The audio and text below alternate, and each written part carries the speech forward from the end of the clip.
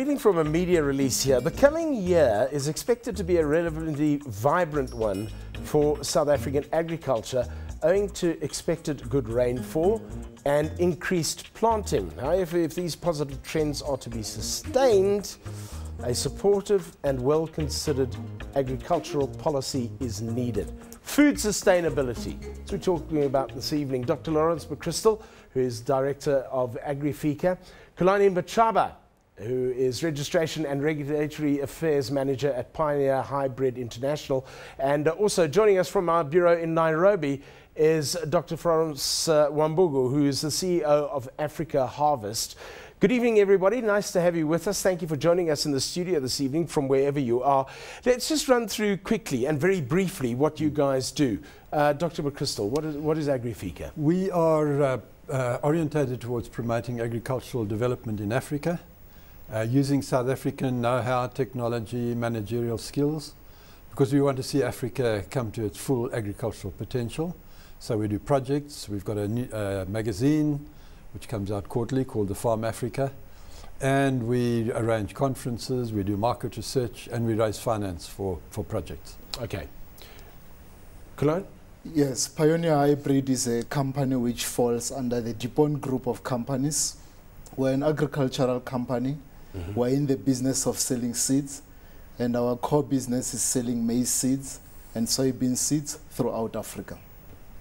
Dr. Wambugo?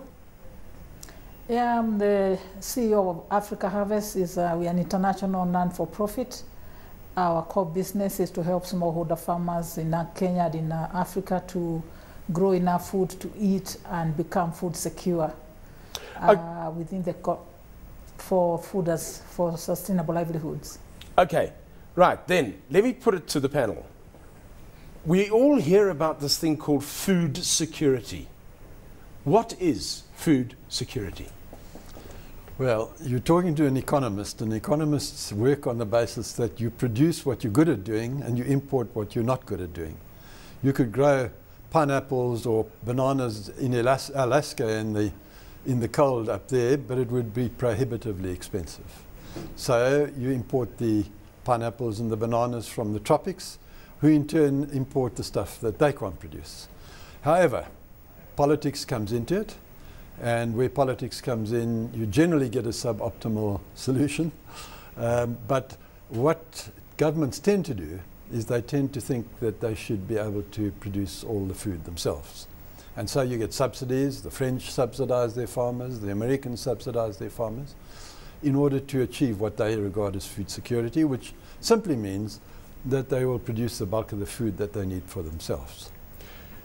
Kulani, your guys seem to be very specific in what you're doing. I mean, you mentioned it right up front, and you said what seeds you are in. Yes. Is there a specific reason behind that from a food security point of view? Yes. With regard to food production, it all begins with the seeds.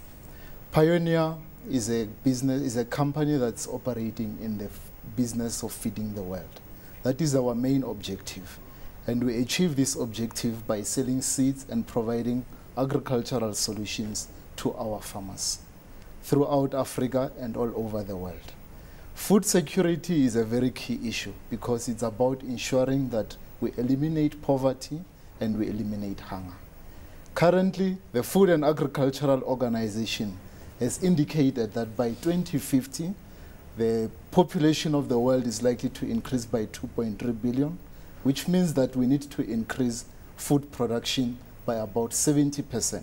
That's almost doubling food production. And that is where we are. We are there to ensure that there is agricultural sustainability and there is security.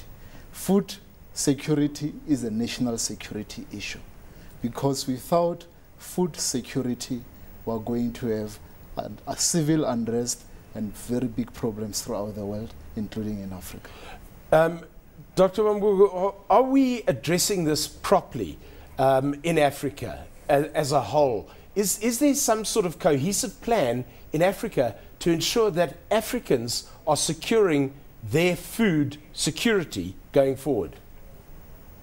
Obviously, Africa is a big continent, and different countries have different approaches. For example, South Africa is operating at a different level because they have been able to invest a lot in agriculture, and they are probably the only country that seem to have surplus food to supply others where they go hungry or they don't have enough.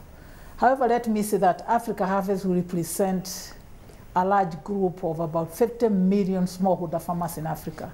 And in Africa, we cannot achieve food security until these smallholder farmers are able to produce enough to eat, and they have surplus for tomorrow, or they have income to buy tomorrow. Because food security is not just able to produce enough, but to have access.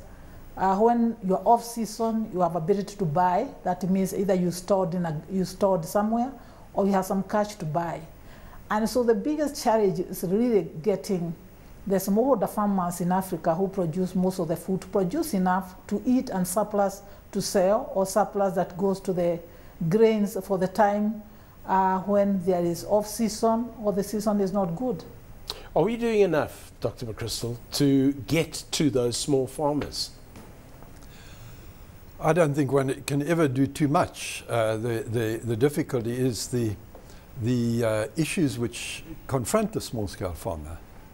Marketing his produce, for example. How does he get, if he produces a surplus, how does he get it to the nearest market, or to a market at all, if the infrastructure doesn't exist? So there is a need in Africa, generally speaking, to improve the infrastructure. But now, hang on, Kulani, if you guys surely must be working with or have distribution networks that are getting down to those small farmers. Yes. Is there not a way then of using the distribution network to put together a reverse distribution network in any way, where you're delivering seed through whatever structures you have to the farmers? There must be some way of, I don't know, building a reverse structure in so that those food sources are going back to a central source that you guys have. Yes. There are some challenges with regard to production in Africa and also with the smallholder farmers. I'll give an example. Maize is a staple crop in Africa. Mm-hmm. The average yield for maize in Africa per hectare is about 1 ton per hectare. In other developing nations like Asia and Latin America, the average yield is about 3 tons per hectare. And in first world countries, the average yield for maize is about 8 to 10 tons per hectare. So even though our farmers are able to access the seeds and access the means of production, we have challenges with a different environment. We have challenges of resources. Are those environmental issues that come into it? Is Yes. that lack of rain and that sort of thing, or is it a lack of skills? It's both. It's a multitude of problems, like environmental problems, technical challenges, and most importantly, the agricultural policy environment. Dr. Wambugo, how do we then start upskilling those farmers who we are going to start depending on at some stage? Well, I think the problem is bigger than just farmer being ignorant. The whole area of investing, and an issue that was raised about subsidies. Because you find the big farmer able to access loans from banks. In developed countries, they get subsidies. The seeds that are being sold by Pioneer, only 40% of the smallholder farmers are able to actually access them because they are too expensive. And unless they are subsidized, the smallholder farmers cannot afford, many of them cannot afford. And the government must be ready and willing to subsidize. The second problem we have is the fertilizer, availability of soil fertility, because what Kulani has said, moving from 1 ton to 3 tons is a factor of good seed, water, maybe irrigation when there's off-season, but more important is the issue of soil fertility, actually, also management, making sure the soil has enough minerals to replenish the plant. And there's at the small-scale farming system that has been highly neglected. And so the smallholder farmers are operating many times with poor seed, and no support in terms of fertilizer, even pest control for insects and pests. And so if the farmers are going to produce more, there has to be government support in terms of agricultural support, information, but more important is really the subsidies to the seed and fertilizer. You were talking earlier, Doctor, about supporting initiatives as well. What sort of work are you guys doing? Well, we've learned from the history of South Africa, and if you go back 100 years, when our agricultural sector was pretty lowly developed, you will see that the mechanisms that governments put in place, for example, the marketing boards, the government would put a floor price and people would sell their produce to the marketing board. Those are lessons which Africa can well do with learning from, because those marketing boards stood us in very good stead. And the kind of projects that we look at is where you take a group of small-scale farmers and you have a commercial project as the home farm to give you the continuity of production. But at the same time, you upskill the small-scale farmers and you source their inputs for them and you market on their behalf. Like on a cooperative, a buy-sell cooperative. That's the other thing that South Africa is very good at, is the buy-sell cooperative. Dr. Wambugo, can I just come to you here? Are you in agreement with Dr. McCrystal on the cooperative side of trying to develop this particular part of the economy? Oh yes, completely. Indeed, in my own country, Kenya, the cooperative movement has been able to produce especially tea. Kenya is a leader in tea production globally. And it's all done by small-scale farmers mainly, and it's all done through the cooperative movement, where there is the access inputs, and then they are deducted from the final pay and all that. It's worked very well with the coffee, in fact, with the tea, with the sugarcane to a certain extent. Unfortunately, you don't have the same support for food crops, and that's where the big challenge is, because people must be able to feed themselves. They must be able to eat and have surplus and not depend on food aid and be able to, and then be buying food, because then you need to get foreign exchange, and that is bringing a lot of challenges, and of course the issues of food price going high. So the ability to produce your own food has a cost on transport.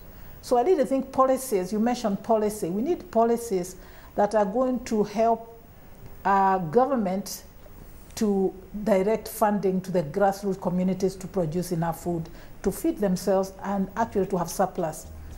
I suppose it comes back to the question, you can drink so much tea in a day, but it doesn't necessarily keep you alive. If we're talking about food security, our guests in the studio will be back with you in just a short while. Stay with us.